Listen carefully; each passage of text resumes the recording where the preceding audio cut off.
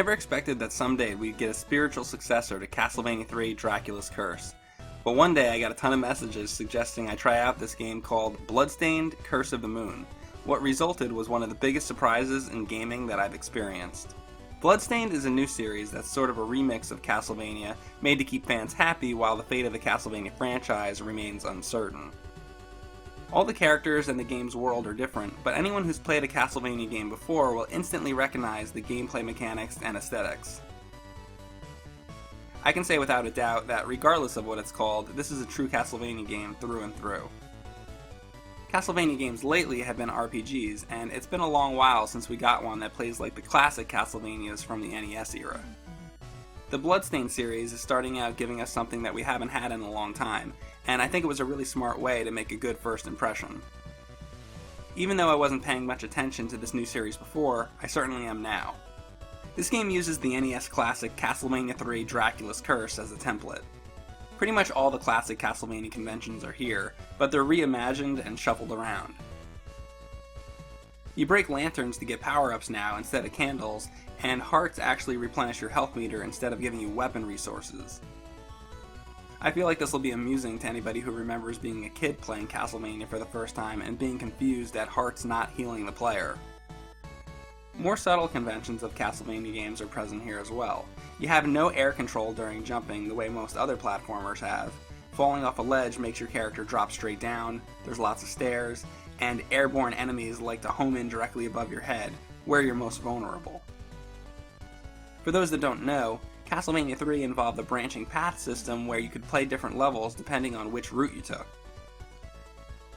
Depending on where you went, you could meet up with a character and team up with them.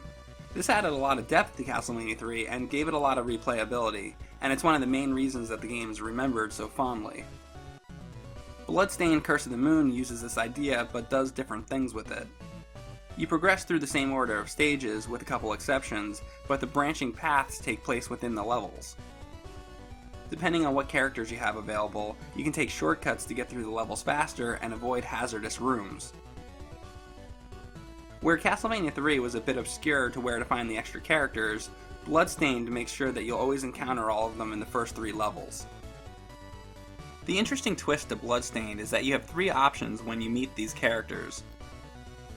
You can recruit them, which gives you another person in your party to help you get through the stages. You can kill them, which means you don't get to use that character, but your main character receives a very useful, unique upgrade. And lastly, you can just walk past the character and ignore them, which means you get no bonuses. You can pick and choose which of the 3 extra characters that you want to recruit, kill, or ignore to customize your game experience. These decisions vastly alter how the game will play out, and even gives you different endings. This brilliant mechanic is what's going to make you want to play this game over and over. Clearly, this game was tested exhaustively because no matter what combination of characters that you use, you can get through every room somehow. Not only that, each room and boss battle plays completely different based on what strategy you use. Even though you're playing through the same levels in the same order, this game feels incredibly open-ended, and the freedom to experiment and play around with what's possible excites the imagination. Of the 4 characters in this game, 3 of which resemble characters from Dracula's Curse: Trevor Belmont, Sypha, and Alucard. So shouldn't the remaining character be a clone of Grant, the guy with daggers who climbs on walls? Well, actually, the developers made a pretty brilliant call to discard the Grant archetype for this game and instead make Zangetsu play and feel a lot like Ryu from Ninja Gaiden. Like Castlevania, you grab sub-weapons which you can consume your magic energy to activate. Sub-weapons in this game are extremely powerful, and there's lots of different uses for each one. Zangetsu can pick up a whip that strikes diagonally, an attack which creates an orb of energy on the ground, much like holy water in Castlevania, and a magical flame which increases attack damage. The whip is a good choice because this game is lousy with enemies that come from the top of the screen, something Zangetsu naturally has a problem with. I found myself avoiding the ground bomb because it really only works against enemies that remain stationary on the ground, and these enemies are usually easy to destroy without needing help from an item. I like Zangetsu's flame upgrade the most, because it can be used to destroy bosses very quickly. You can also activate it and pass the damage boost to other characters that you switch to. It's really interesting to see a party of characters casting buffs on each other in something that isn't an RPG. Zangetsu can murder the other characters in the game instead of recruiting them, which gives him extremely powerful upgrades. Killing Miriam gives you a vertical slash, which solves Zangetsu's problem with aerial enemies and gives him a lot more versatility.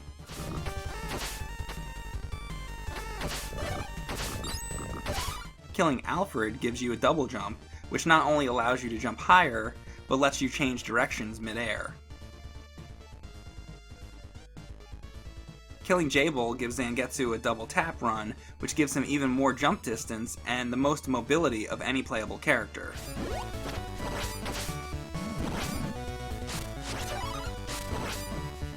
With all of these upgrades, playing Zangetsu starts to feel a lot like you're playing Shinobi 3 on Sega Genesis.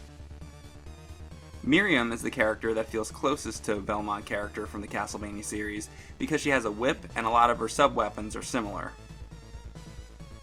Miriam has a higher jump and a slightly faster walk speed than the other characters. This is important to note because the way she jumps can get you into trouble sometimes because her trajectory will be different than the other characters. Her high jump and her ground slide let you take certain shortcuts through the levels. There's a bit of a wind-up time to Miriam's whip strike that gives her a disadvantage, but the superior attack range more than makes up for it. Her sub-weapons offer a variety of different ranged attacks, and a giant axe which is hard to aim but does huge damage. Alfred is the Sypha equivalent in this game. He has a pitiful basic attack where he bonks the enemies with his wand, and he has low health. Despite his weaknesses, his magic makes him unbelievably powerful, even to an extent that you might consider him game-breaking.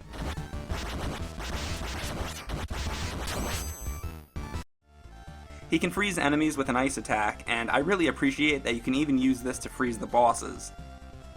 So many games have attacks like this that arbitrarily don't work on bosses, and I really appreciate the developers taking the extra time to make the mechanics of this game consistent.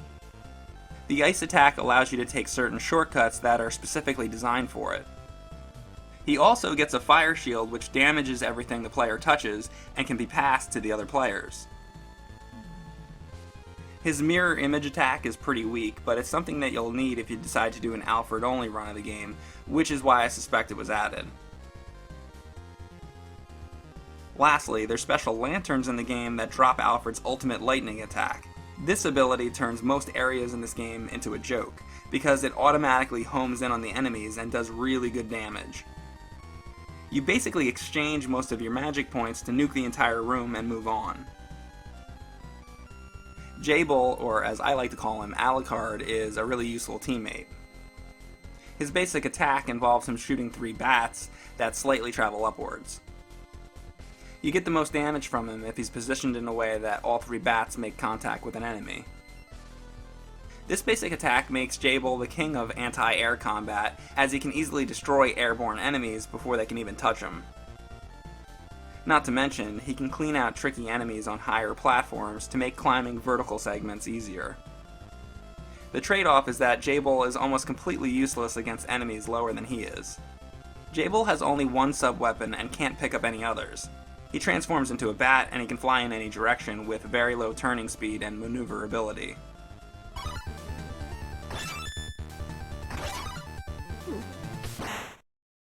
Having Jabel on your team overrides the need for Miriam to get any shortcuts, as he can get the team through any shortcuts that she can. Also, Jabel can get certain Alfred-specific shortcuts as well. If you're playing this game where you don't want to recruit everyone, but you still have access to a good amount of shortcuts, Jabel is the optimal choice. One important tip about Jabel is that he doesn't use sub-weapons, and blue lanterns will always drop a large magic power-up for him if he's currently the selected character.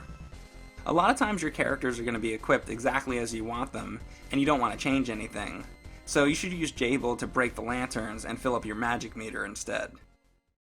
Most of the time, it's not fair to directly compare one game to another when reviewing it, but there are circumstances where it's warranted, because Bloodstained aims to be a spiritual successor and borrows so many elements from Castlevania 3, it has to be directly compared against it. If you haven't played Castlevania 3, it's an extremely hard game. but it's hard in ways that modern gamers might not appreciate. Castlevania 3's controls and movement options are very stiff and restrictive, and there's lots of frustrating elements that you only see in retro games, like enemies constantly respawning off the side of the screen.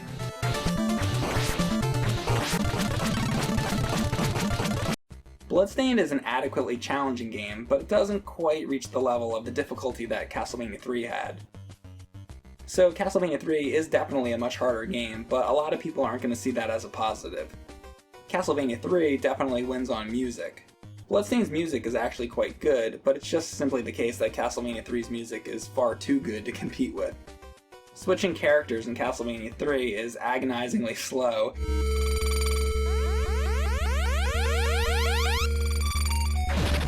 and character switching in Bloodstained is incredibly quick and flows well in the heat of battle. Graphically, it could be argued that Bloodstained is superior, but that's quite unfair considering that it isn't a true NES game. Even though it borrows the NES visual and audio aesthetics, there's no way this game would have been possible on real NES hardware, since it's in widescreen format and clearly would exceed the NES's color, object, and memory limits. That being said, it's possible that this game could have been a real NES game that worked within the hardware limitations, with most of its great gameplay and ideas intact. Had this game come out in the 90s, we'd be remembering it now as one of the best games ever made, probably. So, is Bloodstained better than Castlevania 3? Well, it depends who you're asking. I think most modern gamers would have a lot more fun with Bloodstained, but Castlevania 3 was very much a product of its era, and would be the superior game to a purist. If you feel like you're intimidated by difficult games, I'd actually encourage you to play Bloodstained anyway. The game offers a casual mode that removes knockback from damage, which is one of the things that frustrates people the most about the old Castlevania games. It also gives you infinite lives, and enemies drop a generous amount of health, restoring power-ups. Casual mode is definitely something most players are going to be able to complete. That is one really important role that Bloodstained Curse of the Moon fulfills, in that it serves as a very accessible gateway to difficult retro games. I know a lot of people, like people that watch my streams and stuff, that really want to play super tough NES games and are still working up the courage to do it. I think if you're one of those people, Bloodstained is a perfect starting point. In fact, if you consider Bloodstained Curse of the Moon to be a true part of the Castlevania series, then it's one of the best. I honestly can't think of too many flaws other than the fact that while this game has a lot of replayability, that replayability does have a limit. I really do have to admit, after making this review, I played through this game so many times, and I did so many streams on it, that I started to get a bit worn out on it. It did take me a while to get to that point, however. It just makes me sort of hungry for a sequel, which I hope we get, an 8-bit version. Other than that, the game is incredibly solid and controls like a dream.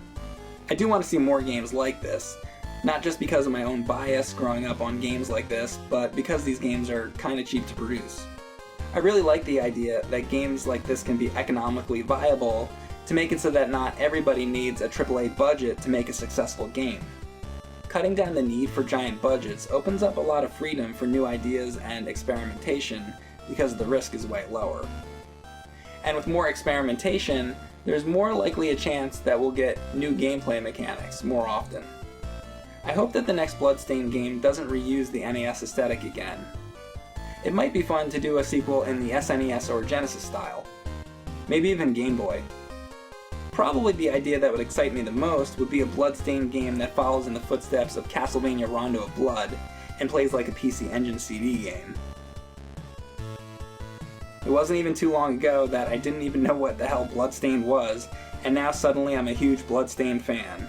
Will we ever get another Castlevania game in the future? I'm pretty sure we will, but in the meantime, Bloodstained appears to be playing the part just fine.